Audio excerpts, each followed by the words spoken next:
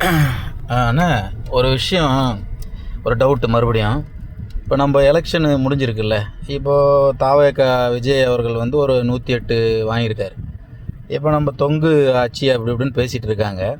இப்போ ஆளுநரும் வந்து கூட்டிருக்காருன்னு நினைக்கிறேன். இப்போ அந்த மாதிரி இருக்கிற பட்சத்தில் இப்போ 108 தான் இருக்குது.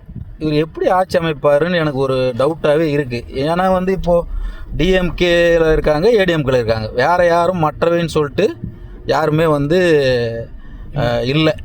இப்போ அது எப்படி இது நடக்கும் அப்படின்னு ஏதாவது ஒரு ஐடியா இருந்தால் கொஞ்சம் சொல்லுங்களேன். அதாவது முதல்ல அடிப்படையா வந்து தாவேக்காவுக்காக ஓட்டு போட்டாங்கல்ல, அவங்க எல்லாருக்குமே ஒரு விஷயத்த நான் வந்து ஞாபகப்படுத்த விரும்புறேன். என்னன்னா, திமுக வந்து ஒரு தீய சக்தி, அதிமுக வந்து ஒரு ஊழல் சக்தி. இவங்க 2 பேருக்கும் மாற்றா நான் வரேன், என்னை நம்புங்க, எனக்கு ஓட்டு போடுங்க, உங்களுக்கு நல்லது செய்யறேன் அப்படின்னு சொல்லிட்டு தான் வாக்குறுதி கொடுத்துட்டு வந்தார். அப்ப மக்களுக்கு மத்தியில, அவங்களோட ரசிகர்களுக்கு மத்தியில 2 கட்சியுமே தப்பான கட்சின்றது அவரு இஷ்டத்துக்கு ப்ரூவ் பண்ணிட்டார். அதனாலதான் மக்கள் ஓட்டு போட்டுக்கிறாங்க. இன்னொன்னு, பாஜக கூட வந்து எனக்கு வந்து எந்த விதத்திலயும் நான் வந்து கூட்டணி வைக்க மாட்டேன்றதுலயும் அவர் வந்து ஸ்ட்ராங்கா இருக்காரு. ஓகேவா? அப்படி இருக்கும் பொழுது இப்ப மக்கள் வந்து அவருக்கு வந்து 108 தொகுதி என்ற ஒரு அந்தஸ்தை வந்து கொடுத்துக்கிறாங்க. ஃபண்டமெண்டலி இந்த 2 கட்சியில இருந்து நல்ல ஆண்மகனா இருந்தா, நல்ல ஒரு சரியான வாக்குறுதியை ஃபாலோ பண்றவன் இருந்தாக்கா, அந்த 2 கட்சியில இருந்து ஒரு எம்எல்ஏ கூட கூப்பிடக்கூடாது. ஓகே, இது முதல் பாயிண்ட். 2வது பாயிண்ட் என்னன்னா வந்து, உனக்கு 108 தொகுதி கொடுத்துக்கிறாங்க, உன்னால பெரும்பான்மை நிரூபிக்க முடியல. ஏன்னா மாற்றம் அப்படின்ற ஒரு வார்த்தை இருக்குல்ல, அந்த மாற்றம்னாலே நீ 2 கட்சியில இருக்கிற கூட்டணி டிஸ்டர்ப் பண்ணக்கூடாது, அந்த 2 கட்சி நீ டிபெண்ட் பண்ணக்கூடாது.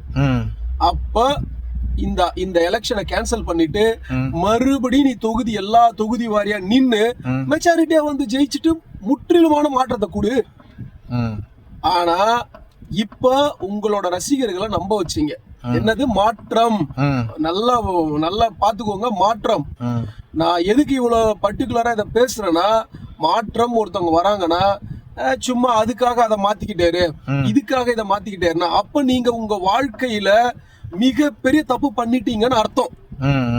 எனக்கு விஜய் ரொம்ப பிடிக்குதுப்பா, ஒரு மாற்றம் வந்து பண்ண வந்துகிட்டாருப்பா.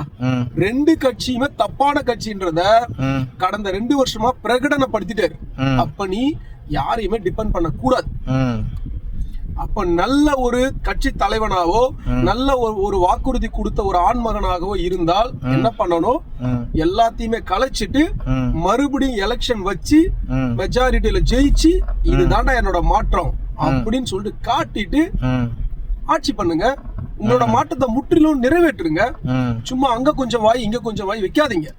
அப்போ நீங்க செய்த எல்லா செயல்பாடுகளுமே பொய் புரட்டு அப்படின்றத ஓட்டு போட்டவங்க ரசிகர்களே வந்து நம்பிடுவாங்க கொஞ்ச நாள்ல.